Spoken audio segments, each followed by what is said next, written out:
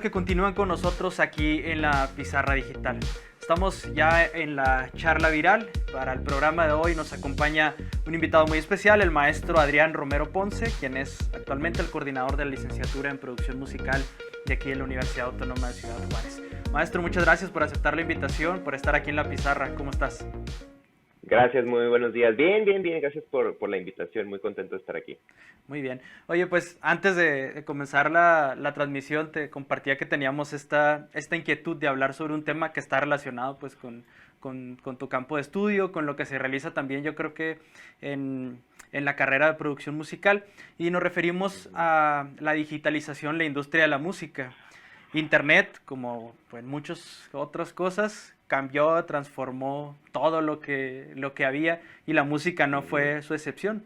Hoy mucho de lo que consumimos de la música está en plataformas como Spotify, Apple Music, Deezer, incluso ya están los dispositivos que hace esta marca Amazon, ¿no? Como Alexa, y que ya le Ujú. dices que te Correcto. reproduzca una canción y no tienes que ir salteando una por una como en un disco, ¿no? ¿Cómo ha Ujú. sido esta transformación en la industria de la música? Bueno, habrá que recordar que la transición en la música surge, bueno, esta digitalización surge desde el momento en que podemos capturar el audio en código binario, ¿no? Que es esta transformación de las señales auditivas, en lugar de análogas como los discos de vinilo o como la cinta magnética, tener la capacidad de transformarlos en código binario que un ordenador o una computadora pueda entender. Desde ese punto podemos nosotros empezar a trazar, ¿no? Este camino hacia lo digital, que es lo que tenemos hoy en día. Eh, Obviamente ha sido un proceso que lo empezamos a vivir desde los años 90 con el disco compacto, ¿no? Que nos prometían esta calidad súper excelente. Bueno, que sí lo fue, ¿no? Del disco vinilo a la cinta magnética, el CD fue un gran avance. Los primeros CDs, obviamente, si los volvemos a escuchar ahorita con nuestros oídos actuales, pues nos va a parecer un poquito más digital. Pero bueno, este proceso, a lo largo de que también tuvimos mecanismos para escuchar la música de otra manera, mediante mejores reproductores de disco compacto, ¿no? Vino el Internet, que es lo que mencionabas. La conexión al principio no era muy buena, entonces pues te tardabas muchísimo en poder reproducir algún material. Eh, y surge este primer paso hacia escuchar la música en digital, que es poder precisamente agarrar este código binario del disco compacto y convertirlo en un archivo, ¿sí? Que puedes tú reproducir en tu computadora en cualquier momento. Entonces, de pronto había gente que agarraba los discos, ¿no? De las tiendas, los compraba, los pasaba a su computadora. Y luego ya cuando se fue un poquito más perfeccionando el bando de ancha, ¿no? El ancho de banda, perdón, de la internet, este, vienen estos softwares medio extraños como Napster, ¿no? Que fue uno de los primeros que mencionábamos, en donde la gente simplemente arrastraba archivos. No nada más era, al principio, bueno, había otros softwares que no nada más era de música, era archivos en general, inclusive uno podía toparse ahí con softwares completos, ¿no? Pero la idea haciendo este como intercambio, ¿no? De música digital, y se puede ver muy sencillo, y ahí es donde se prenden focos rojos para la industria musical. Entonces, habría que entender que pues no siempre ha sido así. El modelo de la música, como lo entendíamos, esta percepción del álbum como tal, esta cuestión de que vamos a vender un disco, pues es algo que funcionó desde los años 50 aproximadamente con Elvis, sobre todo, hasta pues ya esta fecha, ya ahorita como mencionábamos, pues ya el disco ya no es un formato pues muy viable como modelo de negocio, y ahorita uno puede entrar a las plataformas y escoger ciertas canciones. De hecho, pues eso es la tendencia ahora, ¿no? No sacar totalmente el disco, sino hasta después, y manejarse por sencillos. Pero básicamente a grandes rasgos, digo, resumí una historia muy larga, pero el proceso de la digitalización tuvo esta tendencia hacia ese camino. Okay. Entonces, podemos, si lo vemos así, ha cambiado en temas como la comercialización y en la producción. Mira, anteriormente lo que sucedía con los discos era de que el artista sí, es al revés. Al artista era la promoción para que tú compraras el disco. Lo actual es que tú escuches la música para que vayas a ver al artista. Y esto lo puedes ver en una tendencia muy notoria en el precio del boletaje. Anteriormente los conciertos no eran tan caros de ver. De hecho, sabían que iban a incurrir en pérdidas. Los artistas sabían que estas giras, sobre todo en los años 50, 60, 70, 80, todavía un poquito de los 90, ahorita explico lo de los 90, en estas décadas, el artista sabía que tenía que sacrificar tiempo, esfuerzo, dinero, había pérdidas en promocionar su material discográfico, pues por carretera, ¿no? Porque eso siempre ha sido una constante a lo largo de la industria, el promocionar de esta manera. Entonces, sabía el artista que iba, ¿no? Esto generaba ganancias para poder hacer otro disco, ¿sí? Se vendían los discos, hacías el tour, tenías ciertas pérdidas en el tour, pero con la venta de los discos podías empezar a producir el que sigue. Y usualmente la disquera lo que hacía era que contrataba por ciertos periodos, es decir, le decía al artista, bueno, yo te voy a hacer un contrato, una firma de contrato por tantos años y quiero que en esos años me saques 3 discos, ¿no? Y luego cuando se terminen tus 3 discos, vamos a ver cómo nos fue. De todos modos, este modelo, si el artista era súper exitoso, pues le iba bien, porque vendía millones de discos, entonces tenía esta cuestión redituable. Pero ha habido ocasiones en las que no sé si se hayan fijado que el primer disco es una maravilla, sobre todo en estos años. El primer disco es genial, casi lo puedes escuchar de la pista 1 a la 10 o a la 12, las que tenga, y es increíble. El segundo tiene un par de canciones buenas y otras casi no. Y el tercero quizá tiene un hit y hasta ahí, ¿no? Y las demás son como relleno. ¿Qué sucede? Pues este es un primer indicio de lo que mencionabas. Se acopla esta manera de trabajo hacia la calidad de lo que estamos escuchando. Entonces tú puedes ahí ver y tú puedes trazar, ¿no? Y después dices, oye, ¿qué pasó con esta banda? Ya no volvió a sacar disco. Bueno, pues lo que sucedió es de que los agarran en un momento en el que la banda creaba y tenía este ritmo que cuando tenía algo que expresar sacaba un disco y luego los firma la disquera y resulta que para el segundo ya tienen en unas fechas para producir y mandar el material y ya la calidad empieza ahí a mermar poquito y en el tercero, pues todavía más, ¿no? Caso contrario, bueno, pues sabemos que hay artistas que a lo largo de su carrera supieron cómo manejarse y siguen vigentes incluso, ¿no? Como los Rolling Stones, que todavía hasta hace poquito sacaban música, pero en lo general ese es el modelo. Y ahorita, hablando de este tipo de modelo de trabajo, lo que sucede es de que el disco ahora ya no es lo importante, porque como lo podemos consumir en cualquier lugar, podemos acceder a YouTube, podemos usar Spotify, podemos usar Amazon Music, podemos usar lo que sea, inclusive desde nuestros celulares en cualquier lugar.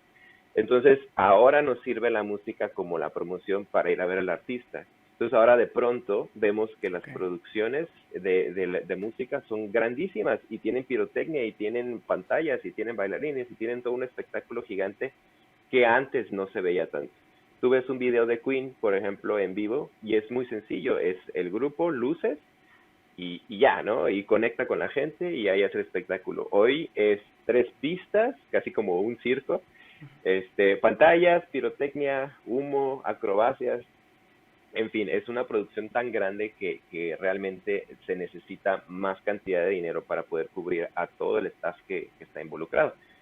Entonces ahora podemos hablar de que el producto musical que tenemos, pues es muy sencillo de conseguir, es casi como el agua, le abres el grifo del Spotify, te sale la música, pero ahora ir a ver al artista y esa experiencia de consumir la música en vivo es lo que cuesta y lo que sale más caro. Y luego también tienes estas subvariantes de la música que es producto de esta transición a lo digital, que es voy a consumir no solo la música en digital, sino a lo mejor mercancía.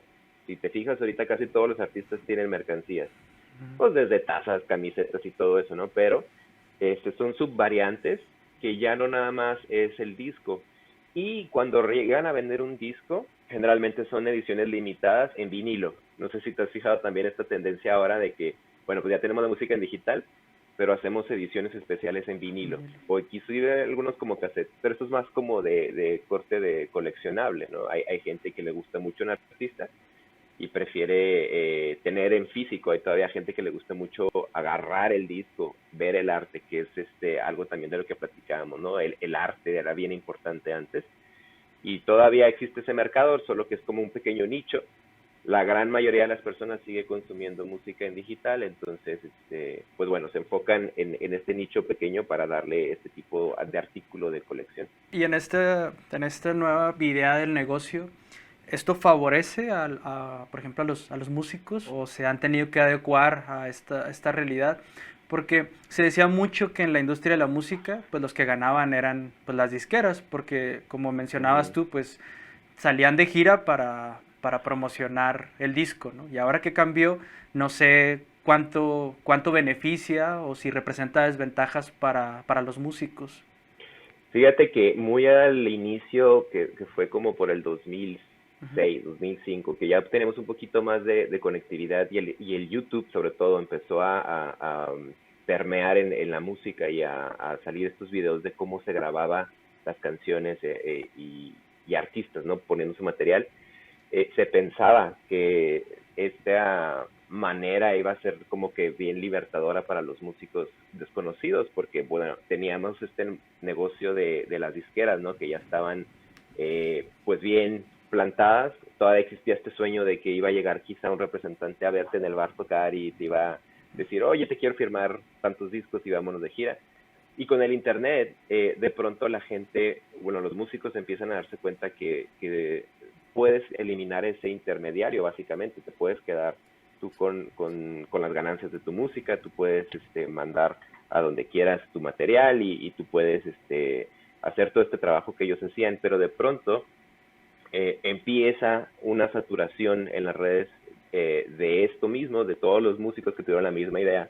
Y entonces ahora destacar entre ellos es lo difícil, porque si a todos se les ocurre subir su material y ser pues independientes, hay unos que se les va a dar mejor que a otros, independientemente de que la música sea buena o mala, porque bueno, unos tienen más habilidades para comercializar su música, para negociar, para irse de gira por su propia cuenta. Entonces ahí empiezan las distinciones ya. Y luego la otra es de que las viejas disqueras, Sony, Warner, todas ellas, pues tienen el presupuesto y tienen la manera para llegar todavía más gente, ¿no? De manera digital, tienen cómo inyectar capital para que en el mercado su música precisamente llegue y suene más que los artistas independientes. Eh, Eso de entrada pone disparejo las reglas del juego, porque habrá que recordar que en las plataformas el modelo para que el artista reciba un pago, que es a lo que vamos con este punto, es que necesitas cierta cantidad de miles de reproducciones por tu canción, ¿no? Y no solo eso, no puede ser nada más una reproducción de 5 segundos y le cambio, tienes que estar 30 segundos en la canción y hasta que se cumplan los 30 segundos se cuenta como una reproducción. Entonces, cumplidas esas condiciones, es cuando ya reciben ciertas pagas. Ahora, ¿qué sucede? Que las disqueras, al tener este presupuesto, que ya estaban previamente viniendo con este modelo de negocios, lo que hacen es que inyectan un poquito más capital para que se promocione más su canción y tengan todavía el doble de reproducciones, porque saben que esto es así. Y entonces, al tener más reproducciones, ¿qué es lo que ocurre en el celular? Que el algoritmo va a reconocer, pues es que la gente prefiere escuchar esto, entonces les voy a arrojar más de esto y volvemos a tener a los artistas independientes hasta abajo, ¿no? O a la música que quizá no es tan comercial hacia abajo, con muy pocas reproducciones. Y entonces aquí es donde empieza la disparidad que tenemos hoy en día. Hoy día es muy común escuchar que Spotify casi no paga, que es muy difícil que la música le saques dinero desde estos tipos de reproducciones y voltean a ver nuevamente hacia los performances en vivo. Ahorita los artistas, tanto independientes como las grandes que están firmados con disqueras, eso es su gran, pues bueno, su gran fuente de ingreso, ¿no? Los espectáculos están en vivo. Pero sin embargo, bueno, sí hay una disparidad ahí y la disquera sigue metiendo y sacrificando ahí ahora su capital para tener estas reproducciones y llamar la atención de los usuarios que somos nosotros hacia ellos. Y entonces a veces es un mar de músicos que no podemos encontrar, se vuelven a segmentar como por nichos, ¿no? Ya dependerá de cada quien el gusto musical y el género que le interese, pero ciertamente existe una desventaja para los músicos y al respecto, decir a añadir que precisamente ahora también la música ha mutado en cómo se produce y cómo se compone precisamente por los medios digitales. Bueno, voy a preguntarte sobre eso de cómo se hace, pero antes, Ujú. es que esto ya se puso chido, bueno, más, porque hay como, te quiero hacer como dos en uno de lo que mencionabas ahorita, y luego me gustaría A volver ver, al tema de cómo se produce la música ahora. ok. La influencia de las redes sociales, o sea, cuánto Ujú, influye las redes sociales como Facebook, Twitter, Instagram, no tanto como las que están como más especializadas en la música como Spotify, YouTube, sino estas redes ujú, sociales más de, pues, de interacción con la gente, con los fans, ¿no? ¿Cuánto ha influido? Y ujú, qué tanto sigue jugando un papel predominante la radio. Porque antes estar en la radio, o sea, que un músico, que una banda sonara en la radio, pues no, era, sí. pues, era lo máximo, ¿no? ¿Qué tanto sigue jugando un papel determinante en la radio? Y Ujú. cómo se están dando la interacción con las redes sociales. Lo de las redes sociales es bien interesante porque de hecho eso surge desde el año 2000 como por, sí, 2000-2001 con MySpace. Y habrá que recordar que MySpace era la primera red social que usábamos la mayoría de los millennials, ¿no? De la gente que todavía le sigue a los millennials, en donde tenías la oportunidad de crear una página para tu banda, ¿no? Y podías cargar tu material precisamente en lo que hablábamos, ¿no? De esta época en la que existía suficientemente velocidad de internet para poder realizar esta actividad.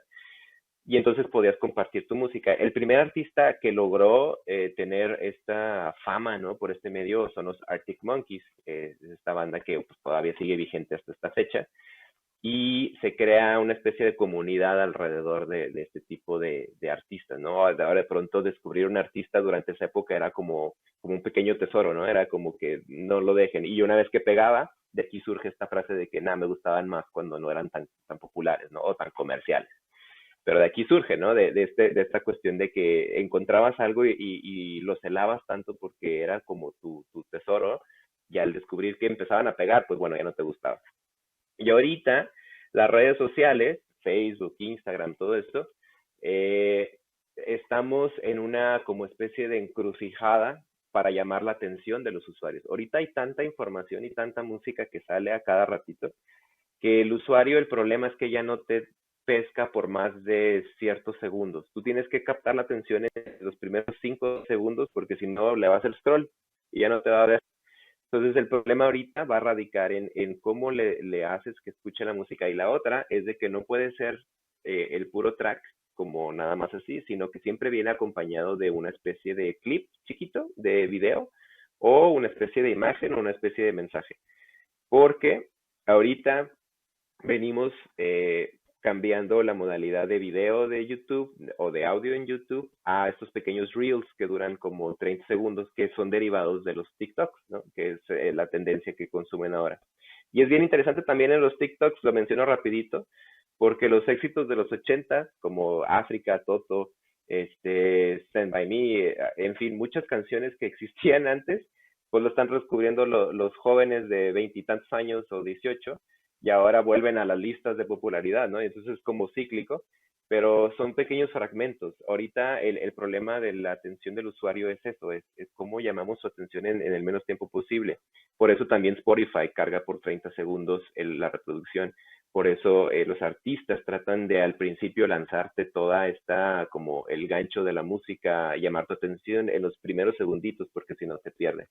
Y eso es ahora en la interacción, ayuda mucho, y bueno, el artista trata ahora, ¿no? De por medio, por todas las maneras posibles de conectar con su audiencia con en vivos, ser como un poquito más humano, más tratable, como si fuera tu amigo, ¿no? Tu compa. Eso antes era como impensable, ¿no? El artista antes era como una figura etérea que veías a lo lejos y ahorita no, ahorita el artista resulta que también tiene Instagram, que bueno, luego te das cuenta que es su community manager que le pagan y le pasan ahí el trabajo para que conteste. Sin embargo, existe esta ilusión yo estoy al alcance, me puede etiquetar, me puede hablar, ¿no? En estos en vivos. Y esa es la interacción en cuanto a los músicos. Y la cuestión del radio, el radio sigue siendo una de las principales formas de escuchar la información y la música. Eso no ha cambiado tanto.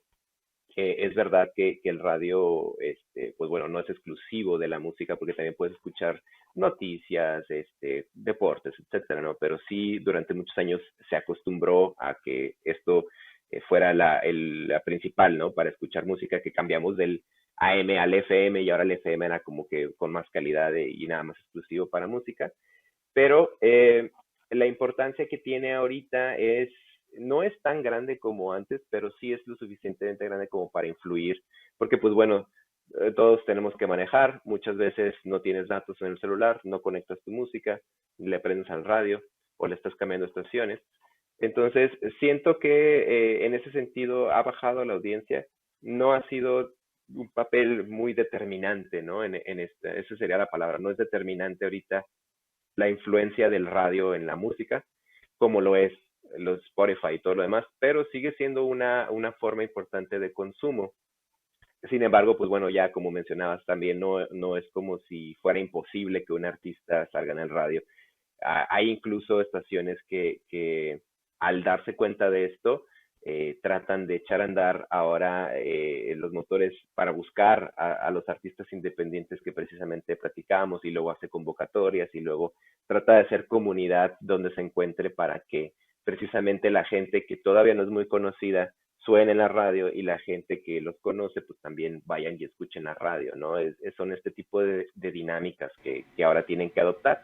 Pues qué interesante. Yo creo que el tema de la importancia de las redes sociales, y yo también coincido con que a pesar de las circunstancias, la radio sigue jugando pues también un papel Ujú, determinante. Bueno, ahora sí, ujú, volvamos a este tema casi para ir haciendo la curva final de la charla sobre cómo se está produciendo la música ahora, ¿no? Antes pues era este tema de los estudios, ¿no? De ir a un estudio ujú. a grabar. Ahora creo que hay muchos que pues, hasta en su casa los están los graban, los suben, pero bueno, platícanos cómo se está dando esta producción en general, ¿no? La manera en la que producían antes la música era como por hits y era en el vinilo, ¿no? Que ponías el lado A y el lado B, y el lado A traía el hit uno y el lado B el 2 que sonaba en el radio, ¿no? Ok.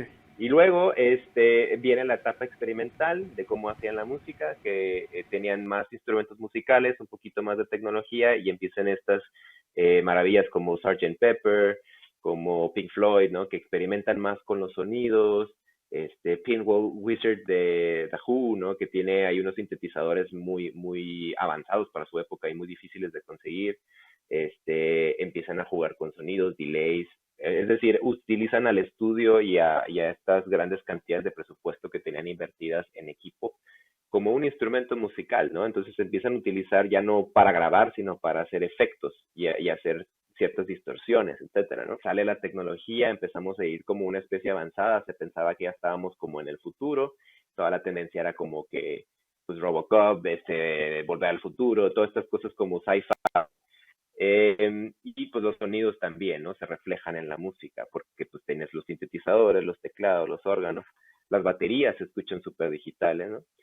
Y cuando llega a la computadora, hay una especie de retroceso a un sonido un poquito más natural y pues bueno, ya hay sonidos más como modernizados de lo anterior. Y lo que está sucediendo ahorita, cuando ya tenemos esta masificación de la música en digital, es de que ahora las canciones, pues bueno, ya no se trabajan como pensando en un disco tal cual, se trabajan como sencillos. Entonces ahora lo que hacen es de que tratan, en la medida de lo posible, que una canción tenga todos los elementos que debe tener una canción pegajosa, ¿no? Un sencillo. Y la otra es de que, volviendo al tema de las reproducciones, se trata de que en los primeros 30 segundos captes la atención de tu oyente. Entonces ahora tenemos que el coro a lo mejor está al inicio en lugar de hasta después. ya casi no hay canciones que empiecen despacio, que tengan una curva como de emoción o que empiecen con una tranquilidad. Casi siempre te arrojan el coro al principio y luego ya.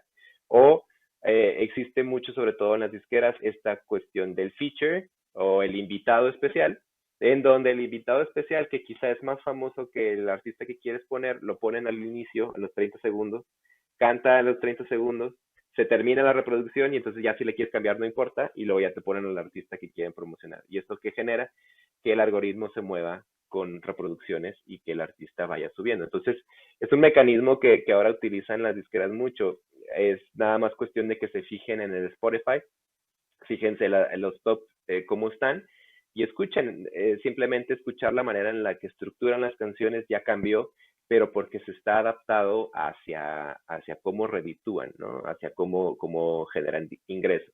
Obviamente habrá artistas que tengan su material con una calidad y con una cuestión artística porque tienen algo que decir, eso se mantienen porque tienen su base leal de seguidores y los van a ver a los espectáculos, ¿no?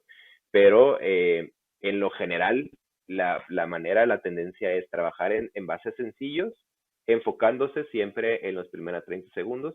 Y pues bueno, ya una de las cuestiones también que estoy seguro que han visto en internet es esta cuestión de los créditos, ¿no? Ahora de pronto una canción actual tiene como 5 productores y como 6 lyricistas y montón de músicos y el artista nada más es el que interpreta, ¿no? Porque es esta fabricación del sencillo en donde se involucran muchos agentes. Entonces te estás asegurando que tenga los elementos para que esa canción pueda tener el éxito, ¿no? Eso no ocurría antes, era como que un productor y los músicos.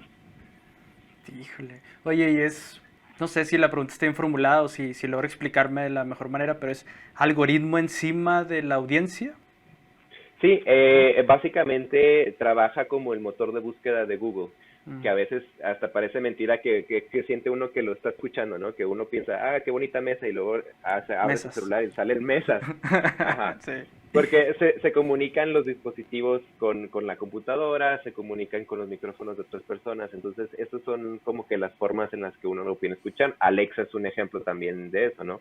Según nuestras búsquedas o nuestras compras, nos va a arrojar cosas similares. Lo mismo ocurre en Spotify, es un algoritmo que más o menos mapea los gustos de la persona y le empieza a arrojar ciertas canciones o ciertos géneros que quizá le interesen y de vez en cuando les arroja cosas muy underground, pero generalmente se va a lo que la mayoría de las personas escucha. ¿Por qué? Porque sabe que si de 100,000 personas les gustan, a lo mejor tú vas a ser una de esas 100,000 que sí le gustan, ¿no? Y no una de las 20 que a lo mejor no. Entonces, por cuestión de estadística y por cuestión de este tipo de hacia dónde está la gente escuchando, poniendo su atención, le arroja a uno lo que suena. Y ahí es donde se acaparan más el mercado. Me imagino que también esto que nos has compartido representa una actualización necesaria en los estudiantes de hoy en día, ¿no? Digo, no era lo mismo, bueno, parece como que es una industria, un campo de estudio que va Uh -huh. cambiando de forma muy acelerada. Entonces, ¿qué reto representa para un profesionista en producción musical, que es una carrera joven en la universidad, en la ciudad? Y, y bueno, aprovechar también ahí para que nos puedas compartir una invitación a jóvenes que pudieran estar interesados en estudiar producción musical aquí en la UACJ.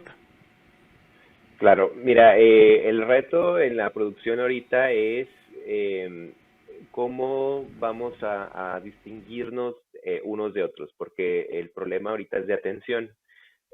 No es tanto de que si sepamos o no hacer las cosas. Una cuestión que siempre trato de compartir con mis alumnos es de que se hagan buenísimos en algo. Si lo suyo es grabar, es grabar. Afortunadamente la producción musical abarca mucho campo, no nada más es estar en el estudio, ¿no? Si lo de ellos es componer, es componer. Si lo de ellos es hacer material audiovisual, que sean los mejores en eso.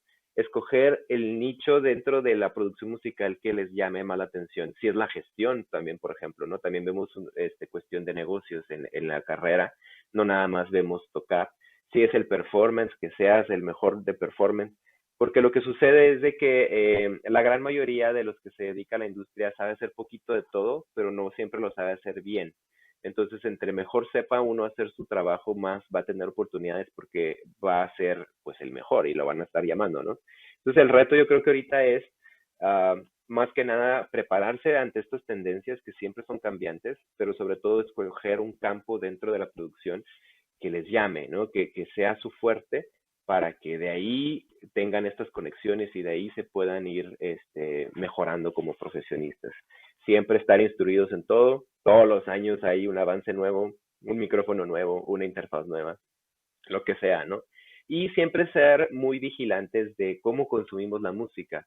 Muchas veces hasta nosotros mismos como productores nos dejamos llevar en un día relajado sobre lo que sea que esté sonando en el internet o sobre lo que sea que esté sonando en el radio, pero no le ponemos atención a esto que comentábamos, ¿no? Que tiene esta fórmula detrás de los 30 segundos al inicio, etcétera, etcétera, ¿no? Entonces, siempre prestar atención, quién sabe qué vaya a venir en un futuro, ¿no? Cómo vayamos a consumir la música, quizás sacan una especie de cristal, no sé, la tecnología es variante, pero siempre poner atención en ese sentido.